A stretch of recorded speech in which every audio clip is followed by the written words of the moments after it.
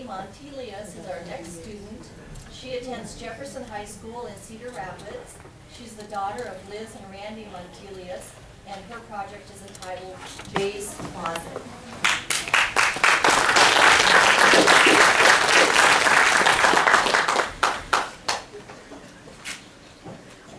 Thank you for selecting me as a Herbert Hoover Uncommon student. I'm excited to talk to you, Jay, about my project, Jay's Closet. It all started when my family and I were shopping at Goodwill for fun clothing to put together Halloween costumes. We ran into a teacher from Jefferson shopping for clothing to help out one of his students who needed something to wear to an interview so that he could get a job to help out his family financially. I later found out counselors at my school also spend their own time and money buying items for students in need. After some investigation, I learned that according to the Iowa Department of Education, 48.9% of the students at my high school are eligible for free or reduced lunch. That means these students are from families near or below poverty level. That's over 700 students, and often they have difficulty in school and sometimes do not attend because they lack the necessary clothing and shoes that fit, warm jackets, school supplies, and hygiene products, even shampoo and deodorant that give them confidence. So after a lot of thought, I conceived the idea of Jay's Closet, a no questions asked, judgment-free environment dedicated to helping kids feel confident at school, knowing they fit in with their peers. Simply put, a place at school where kids could go to get the items they needed but couldn't afford. I began by creating a business plan, breaking down my objectives, establishing what my goals would be, and who I would need on my team. I set up a timeline of when I wanted to accomplish milestones, what obstacles I might encounter, and how I would address them. I presented my plan to my service club director, Brian Reynolds, the whole counseling team, and my principal. At the time, my school was undergoing a major renovation, and space was limited. I was told to come back in the fall and they would see what they could do. I didn't want to wait until fall to get started to kick off so I kicked off my first clothing drive. I created a logo, set up an email account, and sent letters to solicit donations. Once administration had seen my progress, they gave me a temporary location to store the items I had collected so far. Knowing I could do more, I set up a website, a Facebook charity page, Twitter, email accounts, and I posted flyers at school. I eventually was given a permanent space to house Jay's Closet in a private office located near the counselors at my school. Before school started, I presented at a staff meeting to over 100 people. I told them how Jay's Closet would be an emergency resource for counselors, school administration, and teachers so that they could take action to care for students who financially wouldn't be able to buy healthy alternatives for warm clothing, shoes, and hygiene products, and how those identified would be given access to Jay's Closet. Once school started in the fall of 2014, Jay's Closet officially opened and was helping students living in poverty, similarly to how Herbert Hoover helped those in Belgium who were in need. As the founder and student director, I managed the day-to-day operations of Jay's Closet. There's a lot of sorting, organizing, and labeling that occurs throughout the year, and as items are donated, I work on much of that myself, and I also supervise volunteers. I'm a peer helper in our special needs classrooms, and I thought it would be great if they could help out. In the past, some of their volunteer work included sorting garbage for recycling.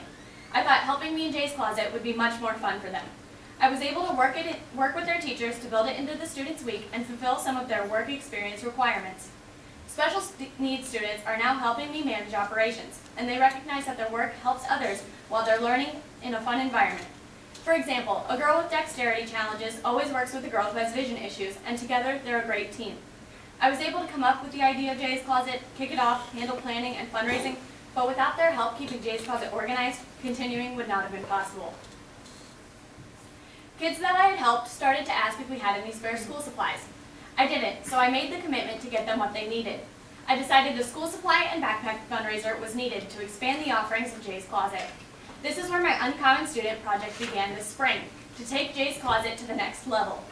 I went through a similar process as I did when I first started Jay's Closet, by setting up goals and a timeline. First, I had to get permission from my service club director to expand Jay's Closet. He approved my request, and everyone was excited to hear about my plans. I then sent a survey to the counselors asking them what they felt in-need students could use the most. Backpacks and folders were at the top of their list. I decided my first goal would be to collect enough backpacks and school supplies to help at least 100 students. Next, I set a goal to do the majority of my collection from May through August, so I would have time to get organized before school began in the fall. I spent time working on printed materials, making posters and flyers, business cards and thank you notes that I could use throughout the summer and the school year. I updated my social media pages to get the word out. I spoke with teachers and counselors. I even went door to door and spoke directly with neighbors and friends. At this point, I decided to set another very important goal for my project, to find someone to take over once I graduate so my project would be sustainable. After learning how Herbert Hoover inspired others to join his cause, I used a similar approach when speaking to my thespian troupe meeting at a thespian troupe meeting, and I was able to empower 2 underclassmen to volunteer.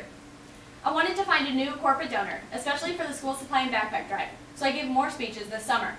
At Breakfast of Champions, I spoke to bring awareness to the community, and then some of them followed up by donating items.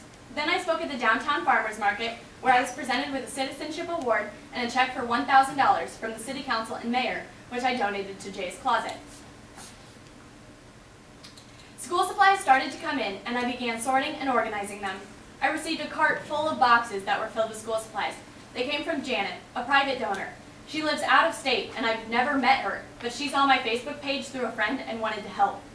Some of my corporate donors included Little Drugstore, Citywide Cleaners, and Cotton Gallery, and I used my dog Max as our mascot to thank these sponsors on social media. I spent a lot of time looking for more corporate sponsors. I'm proud to say I was able to secure a grant from Walmart for $500, and I also received school supplies from Office Express. With all the support and donations flowing in, I had to evaluate space requirements because the closet was getting too full, and I had to store items at home. I rearranged things, and I found another temporary spot at the school to store overflow items. I also reached out to our school custodians, and they were able to provide me with additional shelving. By August, I reached my goal of collecting 100 backpacks, and even more came in later. Beyond backpacks and school supplies, I continued replenishing my clothing, shoes, and hygiene products in Jay's Closet. I reviewed my previous list of former private and corporate donors and reached out to them for additional support. In September, we began distributing items, and I was keeping the closet organized with help from the volunteers I had empowered over the summer. April through October, I worked over 170 hours, and I raised $1,550. I collected 1,500 school supplies, 150 backpacks, and 650 items of clothing. More items are donated regularly, and it really is almost impossible to count everything as it goes in and out so quickly. Overall, I've collected over 8,000 items since starting Jay's Closet in 2014. My project was a great success, and many kids are benefiting from these items. The assistance Jay's Closet provides is confidential, but here are a few stories I've been given permission to share with you. Along with the 48.9% of students in poverty at my school, we also have a large English language learners program. Many of these students are refugees from warm countries. Jay's Closet allows them to pick out clothing that fit in with our culture and allows them to be ready for Iowa winters. One student I helped was able to get clothing for her entire family, so her mother could use their limited funds for other necessities. We also have students from Tannenzer Place. These kids come to us from all over Iowa and are displaced from their homes for various reasons. They're introduced to our school at random times with nothing but what they're wearing on their back. They're able to shop for new school supplies, a warm jacket, or athletic clothes for gym class on their first day in a new school, while at the same time trying to acclimate to a new home, often a new city, and with no friends or family to support them. I helped a girl in one of my classes, and she was so appreciative that when she was able to go home, she sent back donations. My heart goes out to these kids, and I know for a fact I've made a difference in their lives, at least while they were here at my school. After researching Herbert Hoover and visiting the library museum, I learned that he's a lot more like me than I had ever previously believed. He was a great leader with ambition. He had the skills and leadership to become president. In 2008, Tom Lungden in the Des Moines Register said, even once Hoover got older, he was still a leader. He became the nation's respected elder statesman, and he even counseled other leaders. Throughout his whole life, Hoover showed leadership in everything he did. I had to be a leader when I was starting Jay's Closet all by myself, and Jay's Closet has grown to be beyond what I could have imagined. Without the leadership taken in acting on my idea, it would have always remained just an idea. I have that same spark of leadership that Hoover had, and that leadership has made Jay's Closet a success. Hoover was also a great humanitarian. He helped so many people living in poverty with the Committee for Relief in Belgium. He was quoted saying, I did not realize it at the moment, but on August 3rd, 1914, my engineering career was over forever. I was on the slippery road of public life." End quote. Everything he did was for the good of others. When learning this about Hoover, I thought how proud he would have been of the humanitarian work I've done. How if he were here today, he would be able to see the connection between all the amazing work he did throughout his life and the work I did starting Jay's Closet. He would see how I've tried to be just like him and help the students at my school living in poverty by giving them the items they need. Currently, I'm keeping our supporters updated on our status via social media, and I continue to coordinate receipts and thank you letters back to donors as new items come in. I work on my project during the summer, before and after school, and on the weekends. It's important to me that Jay's Closet be sustainable and continue after I graduate in 2016. That's why I'm saving most of the financial donations I've collected for the future, in case special needs arise or donation drives slow down and supplies dwindle after I graduate. With sustainability in mind, I just completed a search for an underclassman to be my successor. I found 2 great candidates. I'm working to transition leadership to Maddie Barmore and Bree Kenny by having them help me with Jay's Closet this school year. In closing, Jay's Closet helps 3 main groups of people. We help the special needs kids develop their skills in a fun environment. We help the teachers and counselors by giving them the resources to make a difference. And we help students who are in need. I'd like to take a moment to thank everyone that's helped make Jay's Closet a great success, and the Herbert Hoover Presidential Library Association for this opportunity. And I'll take any questions at this time. Thanks.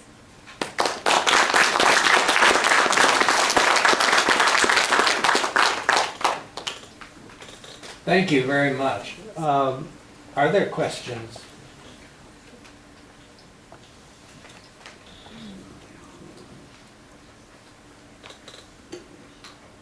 Do you have students return for things? I mean, supplies or clothing, or are they a one-time sort of thing? It's all anonymous, so many of our counselors, as they see a need, have people come in. I know many people come in and they take one item, whereas other people come and take items for a long period of time. So if the need arises again, they could come in. How do you maintain the anonymity of the students? The closet is actually in the counseling office, so there is no like walking across the hallway and everyone sees them. If a teacher finds a need, they can tell their student, hey, maybe you should go to the counselor's office and they could get you some items. Or if a counselor knows of a need, they can just call them into the counseling office. And then in the counseling office, they can show them the closet, they can shut the door, try on clothing, and take anything they need.